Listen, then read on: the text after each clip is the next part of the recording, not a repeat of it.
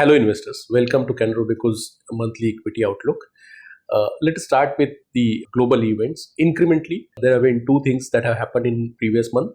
First is war and its associated impact on energy prices.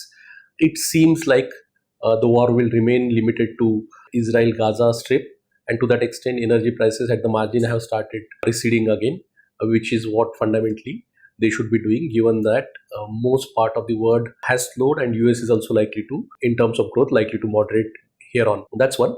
Second is Fed has decided to stay put. They have decided against increasing interest rates, given that liquidity tightening is already happening, and they are witnessing certain data points which are indicating that inflation is headed towards the target that they have.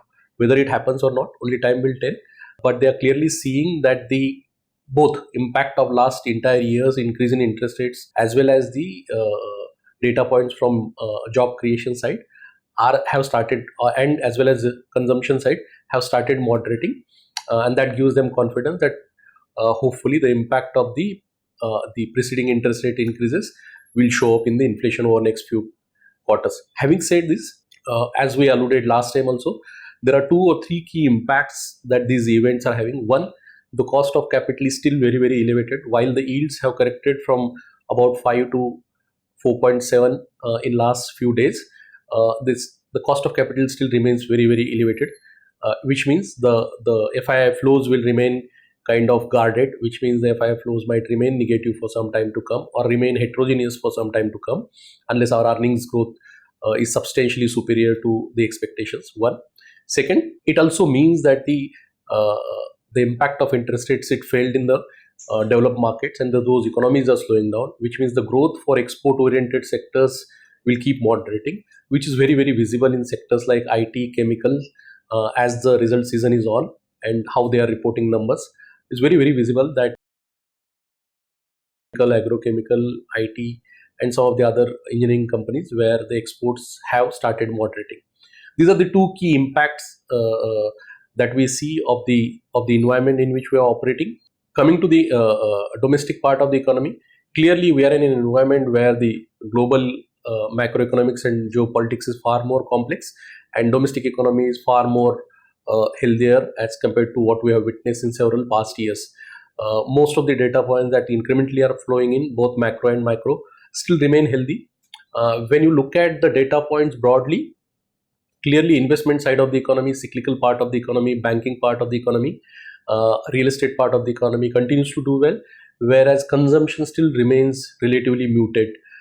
So when you look at staples, when you look at what is happening in the consumer discretionary, those sectors still remain healthy. As far as macroeconomic data points are concerned, inflation is well within the range. Current account deficit, while there is a little bit of risk because of the way energy prices have moved up, it still remains fairly in a good zone or healthy zone. The incremental data points that came out last month, within them one data point was very interesting, or two data points were very interesting. The tax revenues, which seemed to were lagging in previous months, they have caught up. So the direct and indirect both tax revenues are actually running ahead of the government budget in terms of growth rates. That's one. Second, given that we are going into election, government clearly has upfronted the public capex. So both from government, central government as well as PSUs, the half yearly numbers in terms of how they are approaching the capex number is very, very strong. So those are the incremental data points. Most of the other factors remain as they were. Credit growth remains healthy, e-way bill growth remains healthy, GST collection is still in double digit. So no concerns, no meaningful concerns on the domestic macro or micro side. Coming to how the macro is flowing into the micro earnings, the earnings season is underway, and as of now, the earnings have been fairly along the expected lines. 2/3 of the companies have reported numbers. When you look at them in terms of where the earnings are healthy and which are the pockets where the earnings are getting impacted, predominantly still domestic cyclicals is where earnings still remain healthy.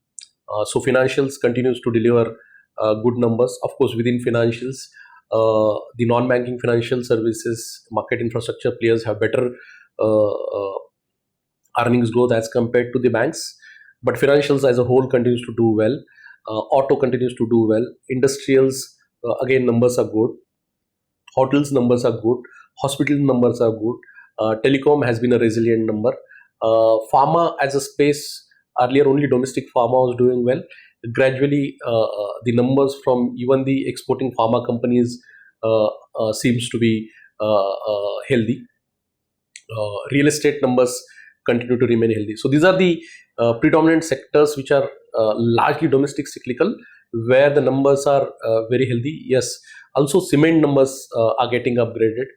It's a corollary to what is happening in infrastructure and the real estate sector. So financials, auto, industrial, cement, hotels, hospitals, pharma, telecom. These are the spaces where we are generally finding numbers either coming along the expected lines or getting upgraded. Whereas sectors like IT, chemicals, exporting engineering companies, uh, staples, these are the consumer discretionary, retail, or QSR part. These are the spaces where the numbers have been uh, largely challenged, not so resilient, and below expected lines. So that's the summation of earnings season at aggregate basis.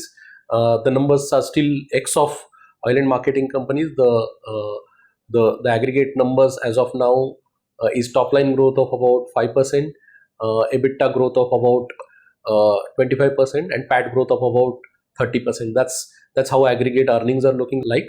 The downgrade upgrade ratio still remains fairly healthy. But if you have to just make a qualitative statement, are these numbers looking as healthy as last quarter? Probably not as healthy as last quarter. Last quarter there were more upgrades as compared to this quarter till now. That's how earnings are playing out. Given this earnings profile and given that next uh, 2 years earnings are still likely to be healthy for financial year 24, the earnings are likely to be about 20%, 21%. For financial year 25, earnings are likely to be 15%.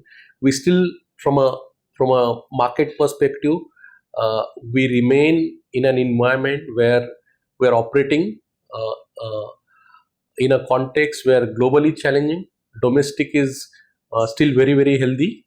Domestic earnings are still very very healthy. And to us, we are clearly, from a domestic perspective, in a business cycle, in a credit growth cycle, in a re-leveraging cycle. In a way, we struggled for last 7-8 years where we actually deleverage, and the bank balance sheets, the corporate balance sheets, uh, everything now is on the right side of cycle. So the public capex has started eventually, which our hope is will translate into private capex.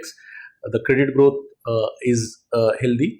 What all it indicates is that uh, economy still looks like remains in a business cycle from a 2-3 year perspective, and that is what is reflecting in the uh, expected earnings growth of anywhere between 15 to 20% for next 3 years, 2-3 years. That's our expectations. Given these expectations, we from a structural perspective, we remain very very constructive on market. Having said this, market is at a fair valuation. There is a lot of upfronting of returns that has happened in small cap and mid cap category, and there are both domestic and global events associated with higher cost of capital, higher energy prices, as well as the domestic political event. And to that extent, we expect a market to consolidate over the next few quarters before clarity emerges on all these aspects. This is for now from our side. Thank you.